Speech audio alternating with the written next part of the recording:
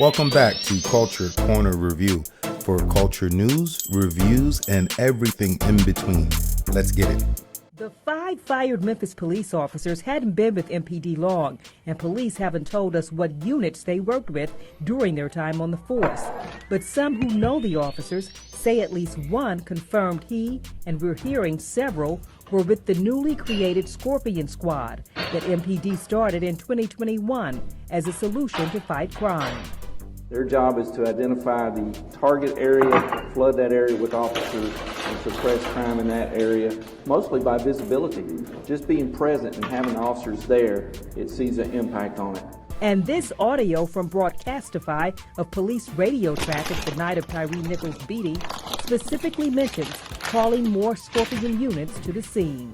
You know, the Scorpion car pull over to East Ranger Road, have one running on foot. Cornell McKinney says the same Scorpion unit stopped him January 3rd, 4 days before Nichols was pulled over. I actually read it on the back of their vest. It said MPD Scorpion unit. All I heard is freeze, get out the car. Put your MF hands up before I blow your heads off. Both of you, get out the car. So put your hands up. So I put my hands up, and one of the officers proceeded to come to the car, and he physically pulled me out by my shoulder with a gun no more than a foot away from my head. He says the officers in unmarked cars would never say why they had been stopped.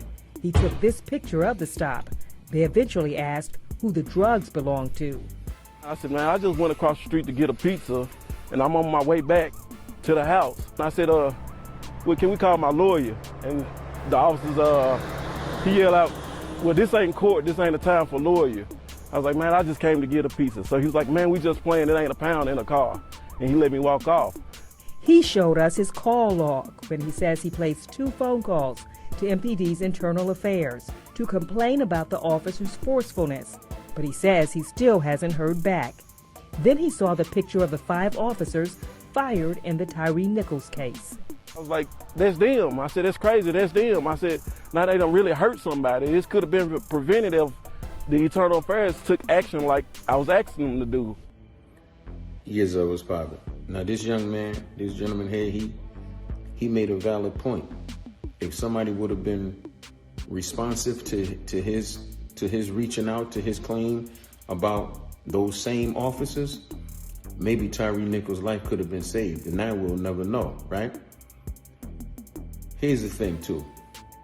We're talking about this Scorpion unit and the police chief, and she used to run this crazy unit in Atlanta, and she ran another unit here, and she oversees this unit, and she allowed for these units to do this. And like we know, those of us who have dealt with police firsthand, you know that there's all different types of units.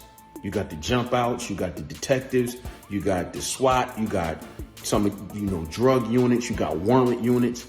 Anybody that doesn't wear a blue or colored uniform, anybody that gets to wear their street clothes, or they get to wear tactical gear and they police officers, most of those guys typically do what they want to do, right? And it's upheld because they designed for special activity. And so if you on the warrant unit, if you on the violent drug unit, if you on the gang unit, and you got an aggressive approach and you got a aggressive tone, like this is typically upheld by their superiors because, they are an aggressive group going after aggressive groups, right? So we know how they act. So a lot of people starting to, blame the lady, the chief of police, black lady, what have you, and saying that, she's part of the problem because she oversees this unit and now they took it too far. Be all of that as it may.